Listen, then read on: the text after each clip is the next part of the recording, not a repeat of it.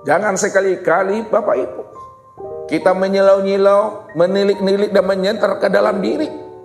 Semakin kita silau ke dalam diri, semakin kita senter ke dalam diri kita. Maka itulah batu licin Bapak Ibu. Inilah hijab yang lebih halus lagi. Ketika kita menilik ke dalam diri kita, ketika kita menyilau dan menyentar ke dalam diri kita ini, aku ini seorang buya, seorang kiai, seorang labai, aku ini seorang musik, maka aku lebih mulia daripada mereka. Ketika itu kita telah digelincirkan oleh iblis melalui kata-kata itu. Iblis menipu kita melalui kata-kata ma'rifat. Iblis bisa menipu kita melalui kata-kata hakikat. Iblis bisa menipu kita melalui jabatan dan kedudukan kita.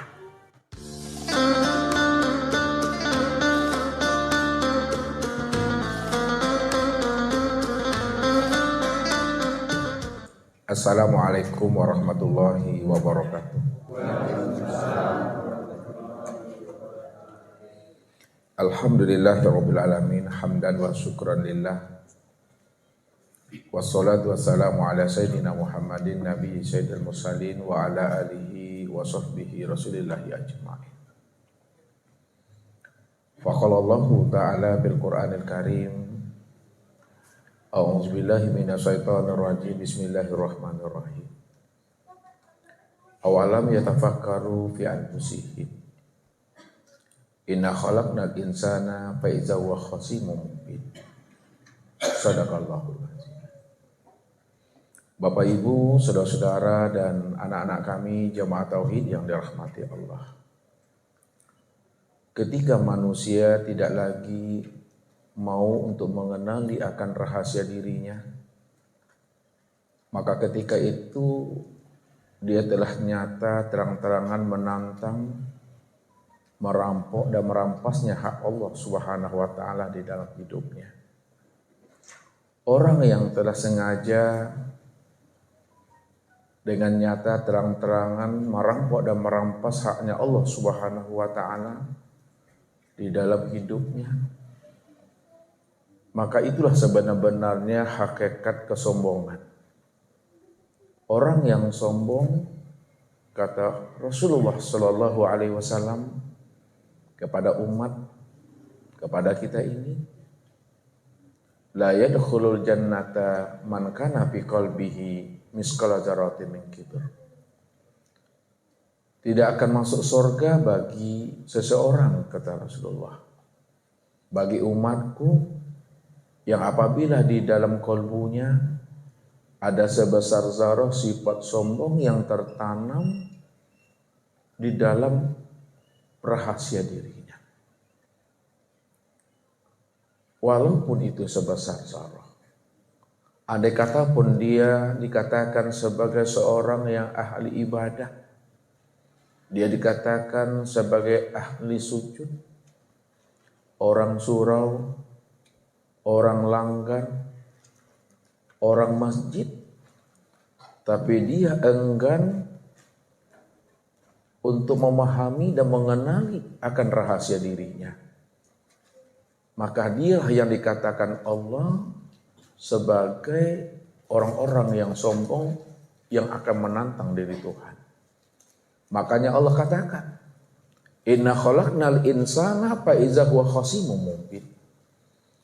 Sesungguhnya kami telah menciptakan dan menjadikan manusia itu, kata Allah, dari tidak ada lalu menjadi ada. Lalu kami jadikan dia ada setetes air yang bercampur dari ayah dan ibunya. Lalu setetes air yang bercampur itu menjadi sekumpal darah. Sekumpal darah itu menjadi sekumpal daging. Sekumpal daging itu lalu kami sempurnakan kejadiannya menjadi tulang belulang. Lalu tulang belulang itu kemudian kami bungkus lagi dengan daging. Kemudian kami jadikanlah dia sebaik-baik bentuk dan kejadian, kata Allah. Namun dia enggan, dia menolak dan tidak mau mengenal dan memahami siapa rahasia dirinya. Maka ketika itulah ia, kata Allah, fa iza huwa khasimun mubin. Dia telah terang-terangan dan nyata-nyata menantang akan diri kami, kata Allah. Jadi orang yang menantang Allah, orang yang merampok dan merampas haknya Allah itu adalah orang yang tidak mau mengenali akan rahasia dirinya. Itulah sebenarnya hakikat sombong. Maka ketika itulah Allah katakan kepada dirinya bahwa dirinya itu betul-betul najis, kata Allah. Innal musyrikuna najasun. Sesungguhnya orang-orang yang menyandingkan dirinya dengan aku, orang-orang yang merampok dan merampas haknya aku, kata Allah, dirinya itu adalah najis. Kalau Allah sudah mengatakan dirinya najis, Bapak Ibu, yang disebut namanya najis batin, karena dia tidak mengenal akan Allah, disebabkan dia tidak mau dan enggan dia untuk mengenal, memahami akan rahasia dirinya. Andai kata dia bersihkan, dia sucikan dirinya itu 7 samudra, maka 7 samudra itu untuk membersihkan dirinya, maka dirinya tetap berada dalam keadaan najis, tidak pernah bersih, Bapak Ibu. Inilah yang kita ambil suatu hikmah dan iktibar dari suatu perjalanan seorang tokoh sufi yang bernama Yazid Al-Bustami, Bapak Ibu. Yazid Al-Bustami ini seorang ulama tokoh sufi. Ketika ia berjalan di tengah pasir, di gurun Sahara,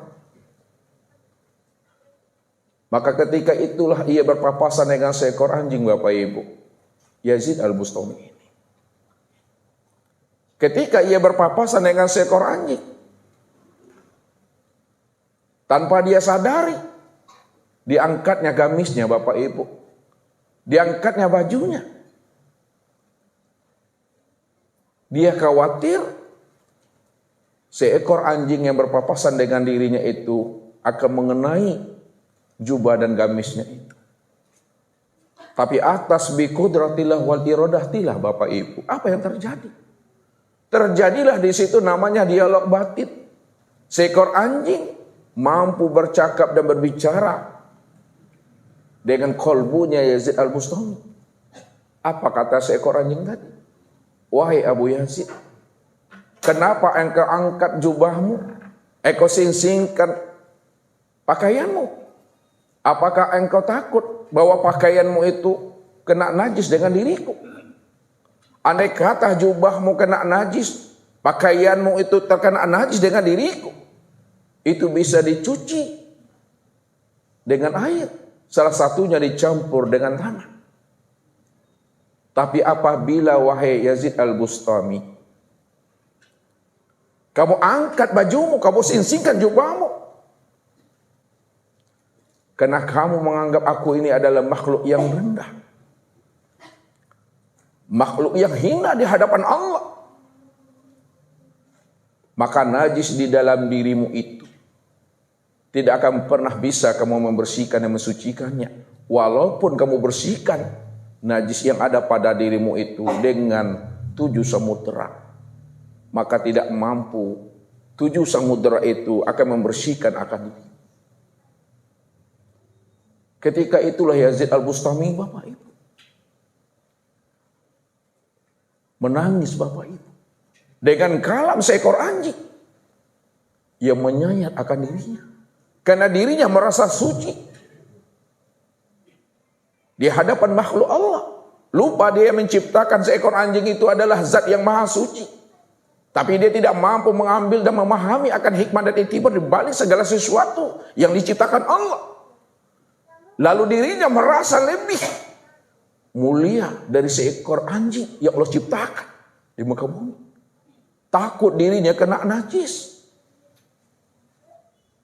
kena keangkuhan dan kesombongan dirinya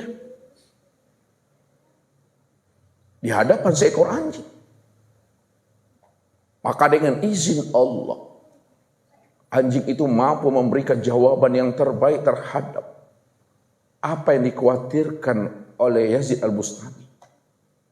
Andai kata pakaianmu itu, jubahmu itu, gamismu itu kena najis daripada diriku, bisa dibersihkan, hai itu, wahai Yazid Al-Bustami. dengan air. Tapi kalaulah najis di dalam dirimu telah tertempel, telah tertanam, maka engkau bersihkan najis yang ada dalam dirimu itu dengan 7 samudera, maka 7 samudera itu juga belum cukup untuk membersihkan akan diri. Menangislah beliau, Bapak Ibu. Ketika beliau menangis, ketika itulah dia minta maaf kepada seekor anjing tadi. Pada saat itu pula lah Yazid Al-Bustami mengajak seekor anjing ini untuk mengikuti akan dirinya, mendampingi dirinya untuk melanjutkan perjalanan dakwah dia. Lalu apa yang terjadi? Wahai Yazid Al-Bustami, engkau seorang ulama besar. Aku ini seekor anjing. Kalau engkau bawa aku untuk mendampingi dirimu untuk melakukan suatu perjalanan dakwahmu, nanti dirimu akan difitnah oleh orang-orang ramai. Dirimu akan diejek oleh orang-orang ramai. Karena engkau membawa seekor binatang yang najis. Sedangkan diriku akan dilempari oleh masyarakat ramai itu. Daripada diriku ini dilempari oleh manusia dan masyarakat. Lebih baiklah kita berpisah hari ini, wahai Yazid Al-Bustami. Engkau lanjutkanlah perjalanan engkau pergi berdakwah. Dan aku pun akan melanjutkan perjalanan aku. Apa hikmahnya Bapak Ibu? Apa rahasia yang bisa Bapak Ibu ambil dari cerita ini? Jadi kalau kita merasa mulia di hadapan Allah dan di hadapan makhluknya Allah, maka itulah sesungguhnya manusia yang angkuh, manusia yang sombong. Bukankah Allah pernah mengingatkan akan diri kita ini sebagai hambanya? Fala tuzaku anfusakum huwa a'lamu biman ittaqa. Wahai jantung hatiku, wahai kekasihku, jangan kamu sekali-kali menganggap dan mengira akan dirimu adalah orang yang paling bersih, orang yang paling suci, orang yang paling fitrah. Walaupun kamu dipanggil kiai, labai, tengku, buya, walaupun dirimu dipanggil oleh masyarakat dengan ustaz, jangan sekali-kali kamu memandang dan menganggap dirimu lebih baik dari mereka. Dirimu lebih suci daripada mereka. Dirimu lebih ma'rifat. Dirimu lebih mengenal daripada mereka. Huwa a'lamu biman ittaqa, kata Allah. Akulah yang lebih tahu siapa dirimu. Akulah yang lebih mengerti siapa dirimu, tentang dirimu. Karena aku yang menciptakan dirimu dari tidak ada lalu menjadi ada. Maka aku lebih tahu akan rahasia dirimu. Siapa yang paling beriman, siapa yang paling bertakwa, siapa yang suci, siapa yang fitrah. Maka aku yang lebih tahu, kata Allah. Disinilah kita mesti paham. Jangan sekali-kali Bapak Ibu kita menyilau-nyilau, menilik-nilik dan menyenter ke dalam diri. Semakin kita silau ke dalam diri, semakin kita senter ke dalam diri kita. Maka itulah batu licin Bapak Ibu, batu penaruang dalam hidup tadi. Inilah hijab yang lebih halus lagi. Ketika kita menilik ke dalam diri kita, ketika kita menyilau dan menyenter ke dalam diri kita ini, aku ini seorang buya, seorang kiai, seorang labai, aku ini seorang mursyid, maka aku lebih mulia daripada mereka. Ketika itu kita telah digelincirkan oleh iblis melalui kata-kata itu. Iblis menipu kita melalui kata-kata ma'rifat. Iblis bisa menipu kita melalui kata-kata hakikat. Iblis bisa menipu kita melalui jabatan dan kedudukan kita. Apakah kita dipanggil oleh umat ini sebagai seorang buya, seorang labai, seorang kiai, seorang imam, seorang mursyid? Ingatlah, kalau lupa kita tentang rahasia diri kita, lupa kita mengenal dan memahami akan hakikat diri kita ini, la haula wala quwata illa billah, maka sesungguhnya gelar itu, sesungguhnya panggilan kehormatan itu merupakan batu licin buat diri kita Bapak Ibu. Itulah batu penaruh dalam hidup kita ini. Makanya apabila seorang hamba Bapak Ibu hidupnya bergelimang dosa, hidupnya dalam kemaksiatan. Lalu dia diberikan Allah hidayah dan petunjuk. Allah berikan dia itu hidayah dan petunjuk. Lalu dia sadar, insaf dan tobat dia. Ketika dia telah bertobat Bapak Ibu, lalu dirinya merasa hina di hadapan Allah, maka itu lebih baik bagi seorang ahli ibadah yang merasa dirinya lebih mulia di hadapan Allah dan manusia. Ini yang mesti kita tilik ke dalam diri kita ini. Makanya orang yang tidak mau mengenal dan memahami akan hakikat rahasia dirinya, itulah sebenar-benarnya orang yang sombong dan sebagai penantang Tuhan. Yang Allah haramkan bagi dirinya itu untuk bisa masuk ke dalam surga. Karena diri yang diharamkan Allah itu disebabkan dirinya adalah najis Bapak Ibu. Maka malam ini Bapak Ibu kita akan mencoba menguraikan kembali akan rahasia diri kita ini, supaya kita mampu mengenal siapa Tuhan, lalu kita bisa memulangkan kembali amanah rahasia yang suci itu kembali kepada yang punya rahasia. Yang di ma datangnya situ pulangnya Bapak Ibu. Ya di ma hilang di situ cari. Kalau memang datangnya daripada Allah, mesti kembali kepada Allah. Kalau diri kita ini asalnya adalah Tuhan, maka kembalinya tetap wajib menjadi Tuhan. Inilah makna inna lillahi wa inna ilaihi rajiun itu. Sesungguhnya asal kita ini Tuhan dan kembalinya tetap kembali menjadi Tuhan. Kalau asal kita dari Maha Suci, kembalinya tetap kepada yang Maha Suci. Namun untuk kembali kepada diri yang Maha Suci, mesti dengan diri yang suci. Kalau kita tidak mengembalikan amanah rahasia diri yang Maha Suci itu, yang Allah titipkan kepada diri kita, tidak mau kita mengembalikannya, tidak mau kita memulangkannya dalam keadaan fitnah dan suci, maka tertahanlah kita Bapak Ibu di dalam kehidupan ini, sehingga hidup kita ini berada dalam keadaan zulumat. Orang yang zulumat, orang yang batinnya tertahan, tertutup, terdinding dengan dunianya, dengan akal pikirnya, dengan nafsunya. Aku pastikan kata Allah, mereka tidak akan mampu mengembalikan amanah itu kembali dalam keadaan fitnah dan suci. Karena mereka khatamallahu ala qulubihim. Telah aku gembok hatinya kata Allah. Telah aku kunci mati jiwanya kata Allah.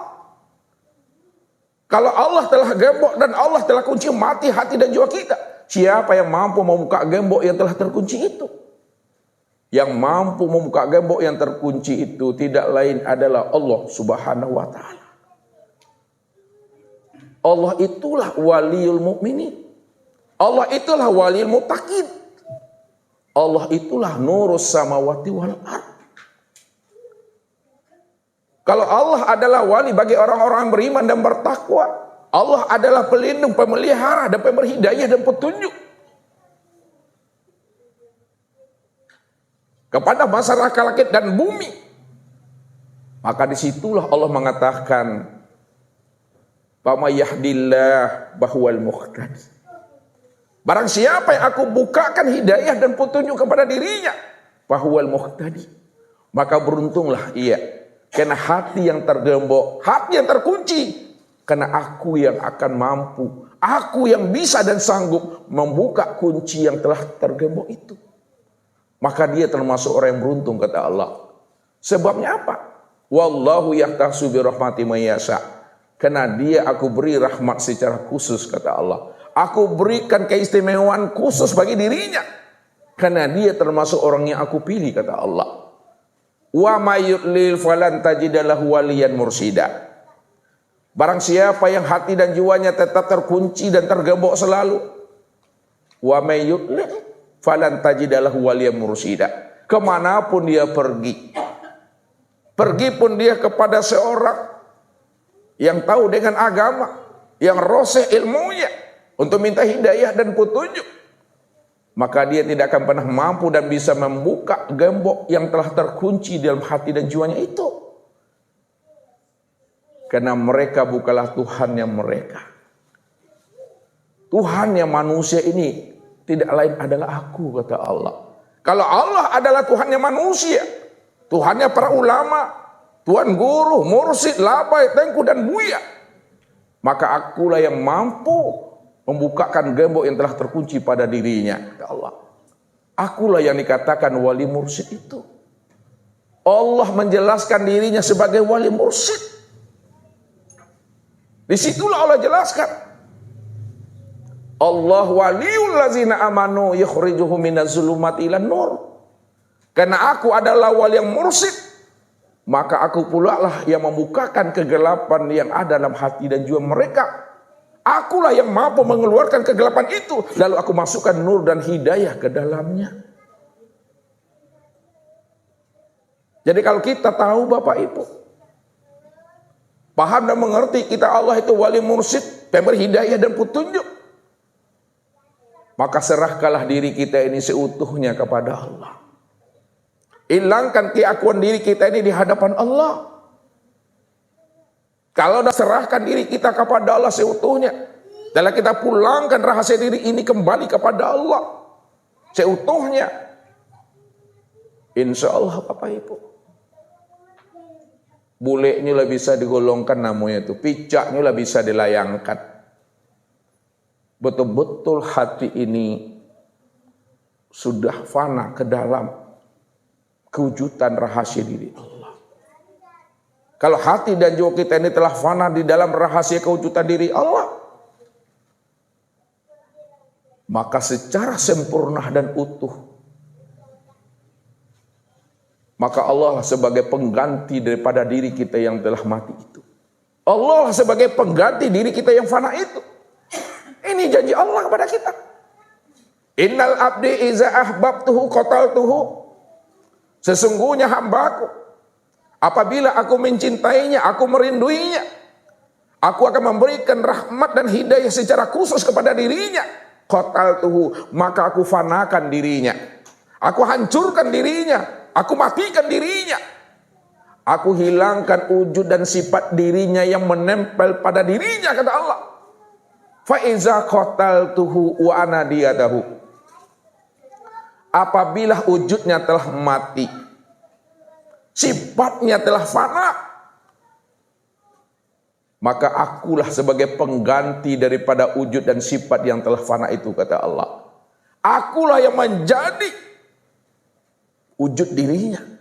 Kalau aku sudah menjadi wujud dirinya, pengganti daripada dirinya, maka akulah yang melihat pada dirinya itu. Akulah yang mendengar pada dirinya itu. Akulah yang berkalam, akulah yang memahami. Aku yang berkuasa, yang berkehendak dan hidup pada dirinya. Disitulah letaknya Allah itu betul-betul maha tunggal. Qiyamuhu binafsihi. Akulah yang berdiri dengan diriku sendiri. Ini yang mesti kita pahami. Supaya hidup kita ini tidak lagi merampok Allah.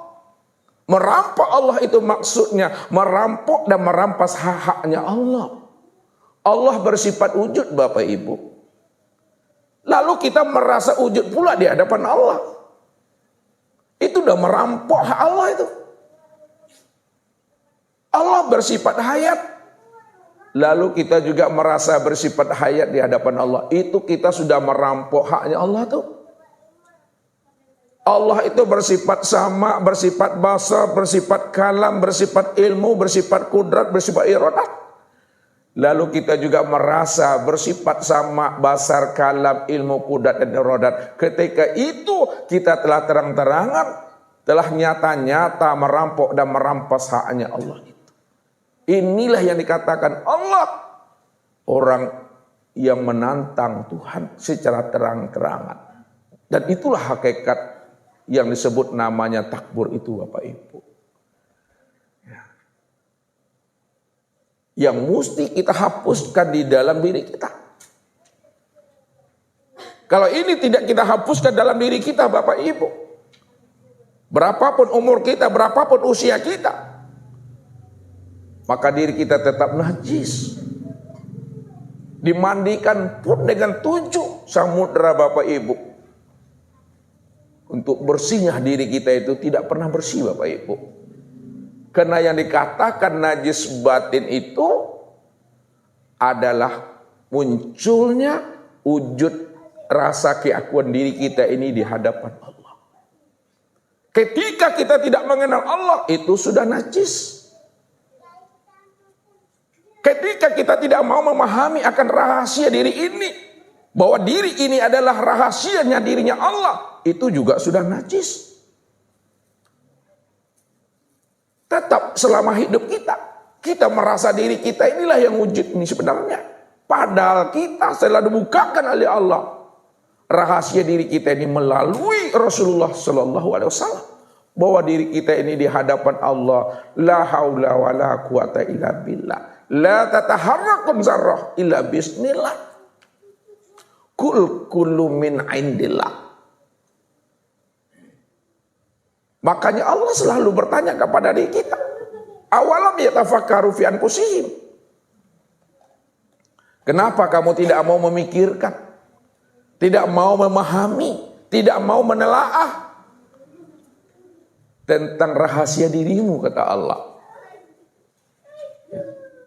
Maka diri kita inilah sebagai bukti. Diri Bapak Ibu ini adalah sebagai dalil wujud dan nyatanya Allah itu Bapak Ibu. Dalil yang apa lagi yang mesti kita cari? Dalil yang mana yang mesti kita tuntut lagi? Bukankah diri kita ini adalah dalil untuk memandang akan kewujudan Allah itu secara nyata dan jelas? Afala taqilun, afala tatafakkarun. Kenapa kamu tidak mau mempergunakan kecerdasan rohani dan akal fikirmu, kata Allah. Jadi inilah Bapak Ibu, malam ini kita akan mencoba membukakan rahasia tentang hakikat kesombongan itu.